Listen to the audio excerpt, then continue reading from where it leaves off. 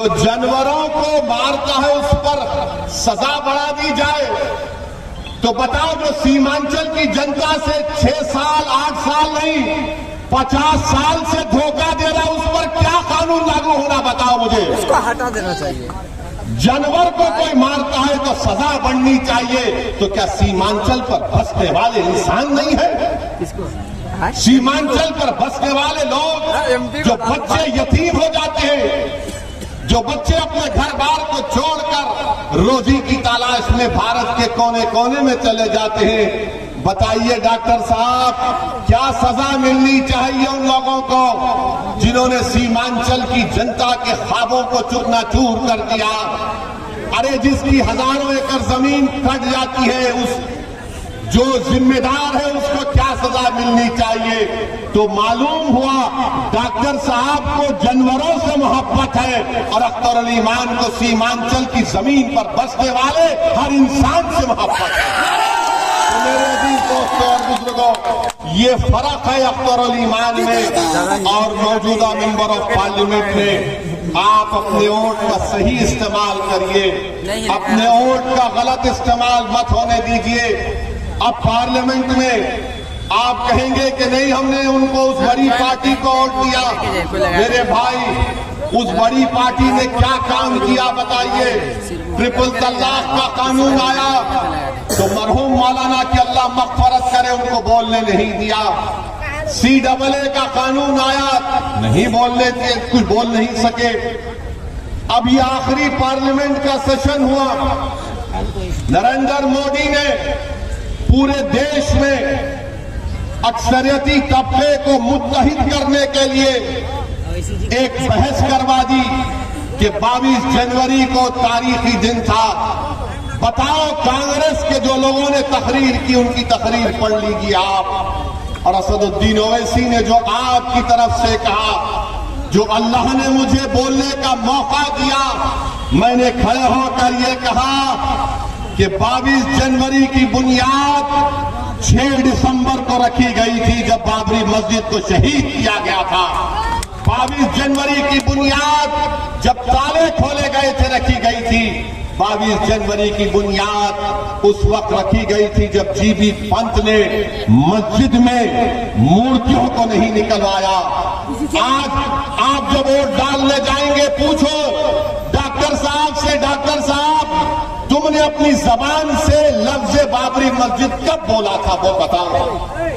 नहीं बोल सकेंगे, डरते हैं बोलने के लिए, क्योंकि एक तो उनकी पार्टी में उनका नंबर कम हो जाएगा और दूसरा उनको ये लगता है कि दूसरों का वोट नहीं मिलेगा। मैं ये सब कुछ पार्लियामेंट और आपके दरमियान में इसलिए नहीं कह रहा हूं कि मुझे तुम्हारा वोट चाहिए, मैं इसलिए कह रहा हूं कि मैं एक दिन मरूंगा और मुझे खबर में जाना है और दोबारा मुझे और तुमको उठाया जाएगा और रब्बे करीम सबसे ज्यादा पूछेगा तो हम लोगों से कि बताओ, तुमको हमने मुकाम दिया था तो तुमने क्या किया, क्या कहा। मैं उस दिन के लिए ये कह रहा हूं, मैं सच्चाई को सामने रखकर कह रहा हूं और सच्चाई यही है कि कोई बाबरी मस्जिद का नाम लेने को तैयार नहीं है। पार्लियामेंट में मैंने खड़े होकर कहा, बाबरी मस्जिद जिंदाबाद जिंदाबाद।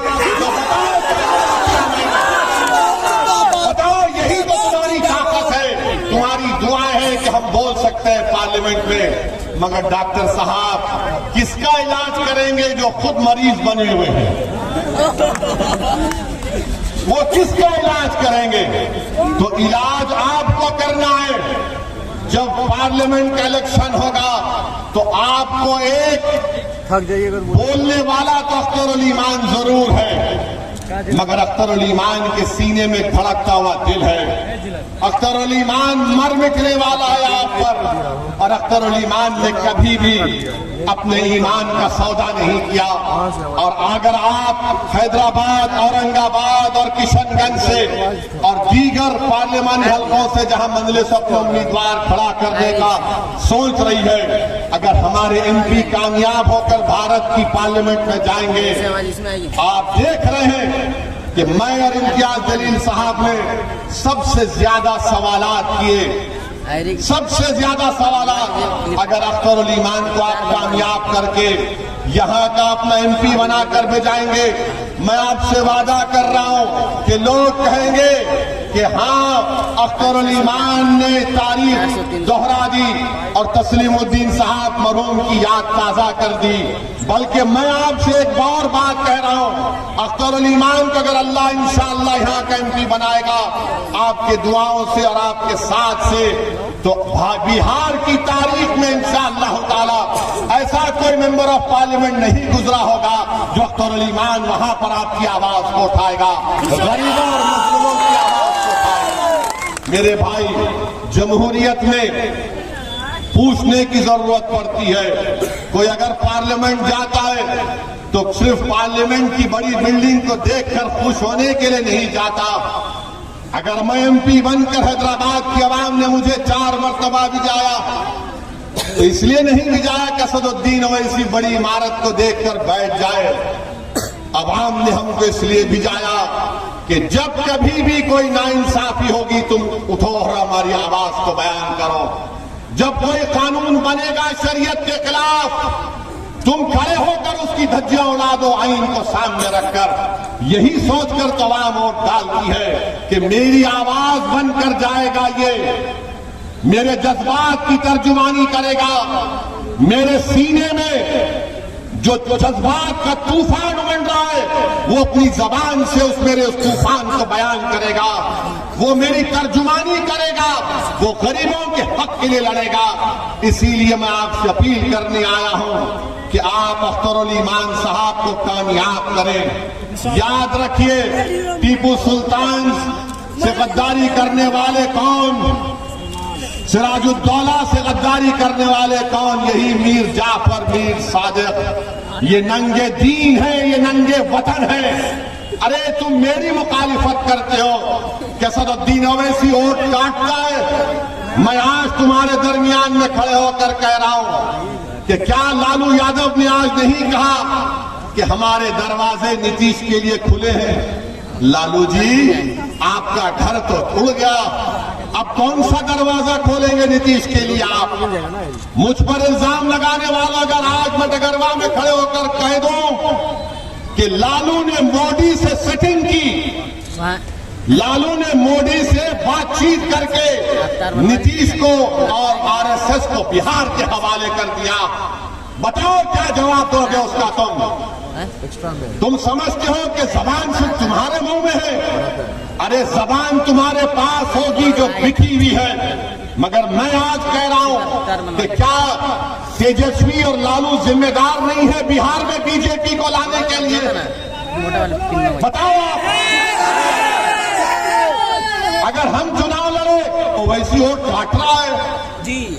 आप नीतीश, एक बार नीतीश ने आपको धोखा दिया, आपने फिर उसको साथ दिया, दूसरी मर्तबा आपने BJP को सत्ता दे दी, इख्तिदार दे दिया।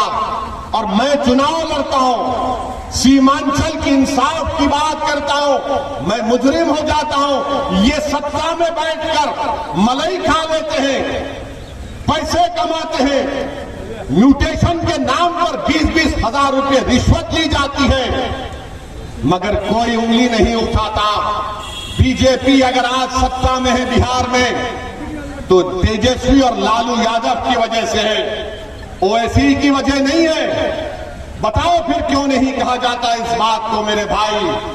इसलिए नहीं कहा जाता कि उनका नाम तेजस्वी है, मेरा नाम ओवैसी है। उनका नाम लालू यादव है, मेरा नाम असदुद्दीन ओवैसी है। नीतीश ने पटना में बड़े बड़े मुसलमान लोगों को बुलाते थे, हर महीना बुलाकर मीटिंग करके बोलते हैदराबाद से शेरवानी आ रही है, दूर रहिए, दूर रहिए, दूर रहिए। अब हम पूछना चाह रहे हैं, वो जो मुसलमान जाकर नीतीश के पास बैठकर चाय करी पफ खाते थे, अब बोलो तुम्हारी जबान क्यों बंद है? एक मौलाना थे, उन्होंने क्या कह दिया, क्या कहा उन्हें कि हम तो बेताब हैं, नीतीश पूरे मुल्क की क़यादत करे। मौलाना अब अपनी जबान क्यों नहीं खोल रहे? आप खोलो अपनी जबान को। मेरा जुर्म सिर्फ यही है कि मैं चाहता हूं कि भारत की राजनीति में मुसलमानों को उनका जायज मुकाम मिले। मैं चाहता हूं कि जिस तरह यादवों ने तरक्की की उस तरह सीमांचल का गरीब भी तरक्की करे। जिस तरह यादवों ने लालू और उसके परिवार को 17 साल सत्ता दी, नीतीश को 12-13 साल यानी 32 साल बिहार के निकल गए लालू परिवार में और नीतीश में। बताओ आपको क्या मिला मेरे भाई? मैं यहां पर क्या कोई हासिल करने आया हूं? मैं तो सिर्फ इंसाफ की लड़ाई लड़ने आया हूं अख्तर ईमान के साथ। बताइए क्या मिल रहा है आपको? ये 4 बेईमान चले गए जिनके पास तो कौन सी मिनिस्ट्री थी? डिजास्टर मैनेजमेंट, आपदा की मिनिस्ट्री थी। कौन सा तुमने किया? अरे तुम भी अब आपदा आ गई, अब तुम खत्म हो गए इंशाअल्लाह हमेशा। यही हमारी गलती है। अब आप बताइए 32 साल निकल गए इनके। ये बिहार सरकार ने एक सर्वे किया, अख्तर भाई ने मुझे डेटा दिया, कुल्हिया बरादरी पूरे बिहार में 12,83,780 है। कितने हैं? 12,83,780 है। उनको नौकरी मिलनी चाहिए थी 20,421। लिख लीजिए, वरना कल बोलेंगे ओवैसी झूठ बोल दिया। 20,421 नौकरी मिलना था। कितने कुलैया बरादरी की नौकरी मिली? 5,734। इसका जिम्मेदार मैं हूं, इसका जिम्मेदार अख्तर ईमान है। इसकी जिम्मेदारी आप पर भी आएगी होती है क्योंकि आपने लालू का साथ दिया, आपने नीतीश का साथ दिया। बताओ तुमको क्या हासिल हुआ? तुम्हारा वोट उनको इख्तियार की कुर्सियों पर बिठा दिया, तुम्हारा वोट उनको मुख्यमंत्री बना दिया, तुम्हारा वोट उनको 1 साल नहीं 17 साल 13 साल उनको सत्ता की कुर्सियों पर बिठा दिया। मगर आपका घर, आपके घर में आज चिराग जलाने के लिए तेल नहीं है, आपकी औलाद को नौकरी नहीं है। कब तक आप इस नाइंसाफी का शिकार होंगे मेरे भाई?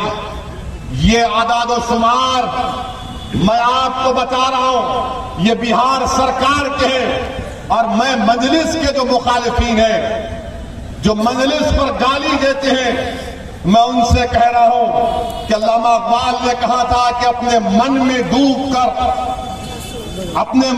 डूबकर पाजा सुराग जिंदगी। अगर तू मेरा नहीं बन सकता तो अपना तो बन जाओ कम से कम तुम। अरे तुम मजलिस को गाली देते हो। और मोदी ने कह दिया कि अब की बार पार्लियामेंट में मोदी कह रहा है कि 370 MP जिताकर लाएंगे। हम अपनी तरफ से पूरी कोशिश कर रहे हैं कि तीसरी मर्तबा हमारे वतन अजीज भारत का वजीर आजम मोदी ना बने। और इंशाअल्लाह ताला हम हर चीज जो मुमकिन है जमहूरी तरीके में दायरे में रहकर, संविधान के दायरे में रहकर हम बीजेपी के बढ़ते हुए कदमों को रोकेंगे।